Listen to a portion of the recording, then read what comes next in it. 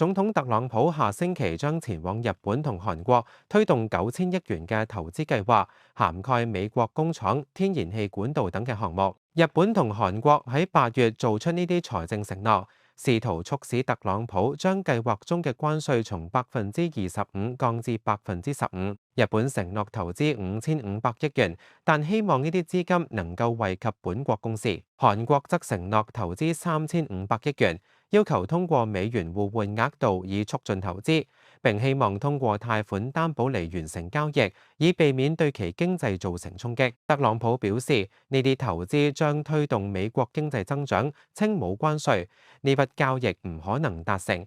佢認為關稅等同於國家安全，韓國尚未同美國達成書面協議，因其汽車行業仍然面臨高關稅。韓國官方表示雙方已經有進展，但係未透露具體細節。此外，特朗普政府喺喬治亞州嘅現代汽車工廠進行移民突襲，導致300幾名韓國工人被拘留。呢個事件進一步緊張咗兩國關係。韓國總統李在鎔指出，除非改善簽證制度，韓國公司可能會猶豫進一步喺美投資。天下衛視記者編輯報道。